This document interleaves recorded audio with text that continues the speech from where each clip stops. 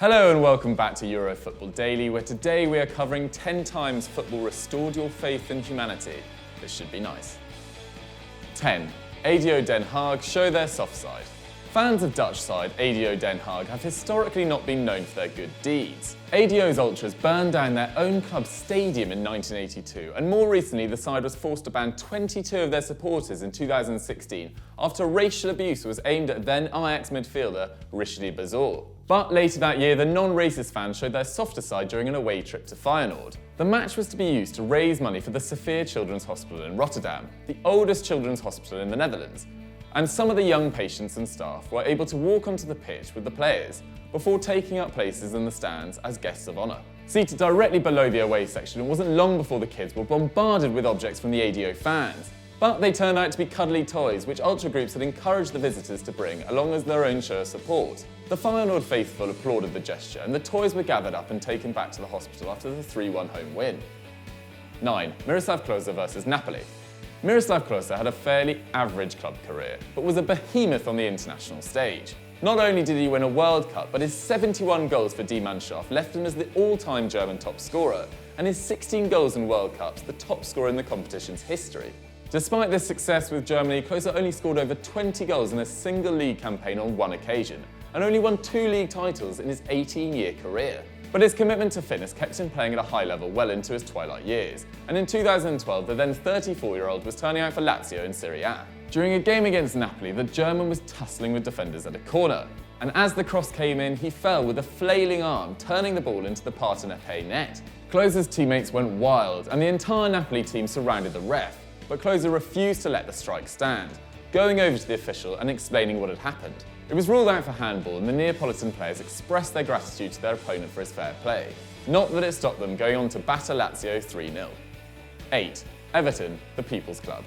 Originally founded by a Methodist church, as a multi-sport club, Everton have always had roots in the Merseyside community and ensure that their players understand the team's larger role in Liverpool. The Toffees employ 140 people to work on social projects and use football to bring people together, running 26 football teams for players with different disabilities, as well as the homeless. They also run a juvenile delinquency programme, and according to The Guardian, 76% of the youngsters don't re-offend, against a nationwide average of 26%. In the past, players like John Stones and Phil Jagielka have mentored teenagers who had trouble with the law. And at the other end of the age range, Everton have started a campaign to help those suffering with dementia, using archive footage and radio broadcasts to engage the elderly. The club has also been at the forefront of the fight against racism, homophobia and environmental damage, and continue to set standards for inclusivity, with some who have participated in the homeless schemes now holding full-time jobs with the side, while others have found work through the network of Everton supporters citywide. 7. Support for Grenfell. On June 14, 2017, a fire broke out in Grenfell Tower, a 24-storey residential block in North Kensington in West London. The fire burnt for close to 24 hours, claimed the lives of 80 people and shocked the world. As of January 2018, over 26 million had been raised for the victims, along with other items from clothes to baby milk, bedding to bottled water. Hector Bellerin came to London from Barcelona in the summer of 2011, aged 16. Despite being proud of his Spanish roots, he has repeatedly talked of his love for England, and London in particular. Prior to last summer's under-21 Euros, the right-back showed incredible generosity, promising to donate £50 for every minute that he played in the competition. He played 381 minutes as Spain went all the way to the final before losing 1-0 to Germany. That meant Bellerin gave £19,050 to the Grenfell survivors, giving the whole capital a lift and winning the respect of the footballing world. And others quickly joined the cause, with Raheem Sterling making a donation and QPR hosting a game in support of those affected by the disaster. 6. Firefighting. With their love of flares, Eastern European fans are now more used to setting fires than putting them out.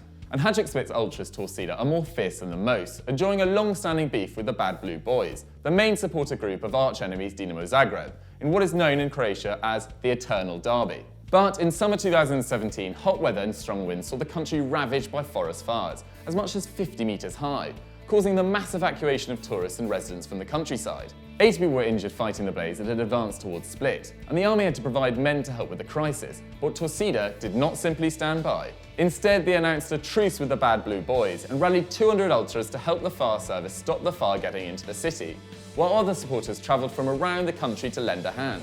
Together, firemen and football fans protected the city and its suburbs, and eventually the inferno was contained without any loss of life, with the Croatian Prime Minister thanking Torcida personally for their brave actions.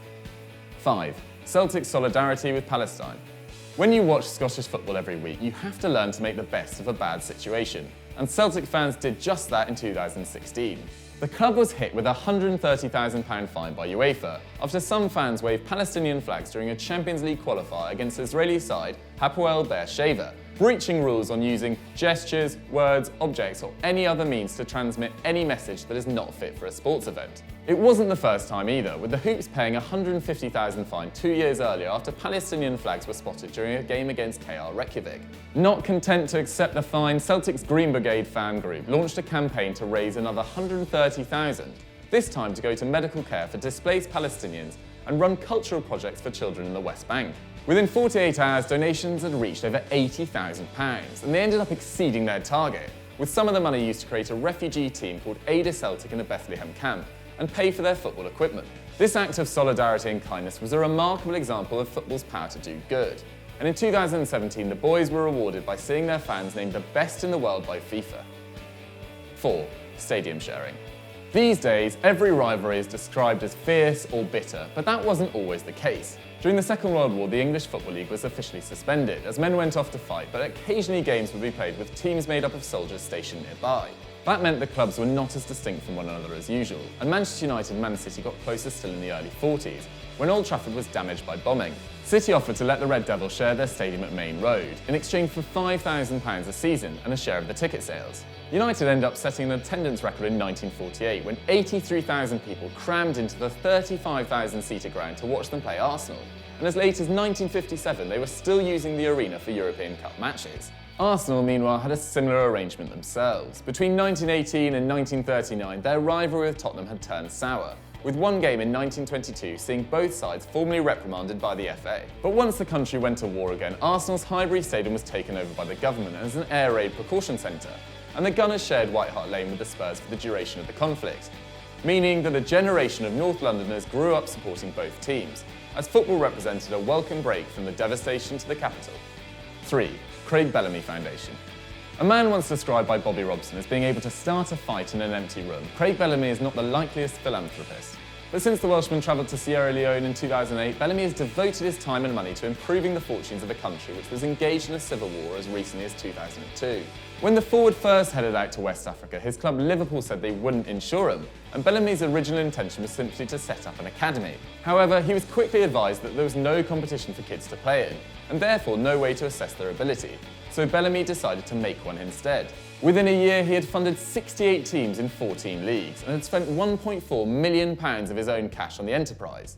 Not only did the teams he set up provide football training, they also paid for a high standard of academic teaching as well as educating about HIV.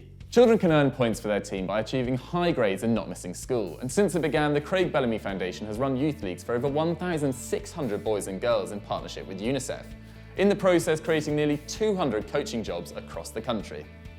2. The Rayo treatment. We never miss an opportunity to praise Rayo Vallecano, who have always been at the vanguard of liberal politics in football. In 2015, Rayo changed the famous sash on their kit to a rainbow, and have donated money from shirt sales to causes like cancer research and environmental charities. Founded in Madrid back in 1924, Vallecano, not Atletico, are truly the club of the people in the Spanish capital, and the fans banded together to change a woman's life in 2014. Carmen Martínez Ayudo was kicked out of her flat after her son used the residence to secure a £40,000 loan he could not repay. The debt quickly swelled to €70,000, giving Ayudo little hope of a solution until Rayo fans got involved. The supporters found her a new flat and committed to paying her rent for life, with then manager Paco Gémez saying, "We couldn't just stand there. We will help her so that she can live somewhere with dignity and not feel alone." At the next game, the fans protested the wave of evictions across Spain and vowed to band together to help those afflicted in their community. 1. FC Lampedusa. German team St. Pauli are famous for championing progressive causes and standing firm against right-wing extremism. The club sells merch depicting a swastika being broken by a fist, and so during the European migrant crisis in 2016, it was no surprise that the Hamburg outfit were quick to welcome the refugees arriving in their country. But St. Pauli went above and beyond, founding an all-refugee team called FC Lampedusa after the island where nearly 50,000 North Africans had fled after unrest and war in Tunisia and Libya. The team's coaching staff is entirely female, and their goal is to raise awareness of the difficulties migrants face on reaching Europe. St. Pauli provided accommodation to immigrants after the local government of Hamburg tried to send 300 new arrivals back to Africa, saying, It doesn't matter how our players came to Hamburg, how long they will stay, or whether they have official documentation or not. No papers are needed to be a member of our team. With FC Lampedusa Hamburg, everyone can play football. The scheme spawned numerous imitators in Spain, Austria, France and Italy, and demonstrated that St Pauli are not simply talking about acceptance and generosity, but practicing those qualities too. So that was 10 times football restored our faith in humanity. I hope everyone's feeling as good as me after that. Let us know if we missed anything out in the comment section below.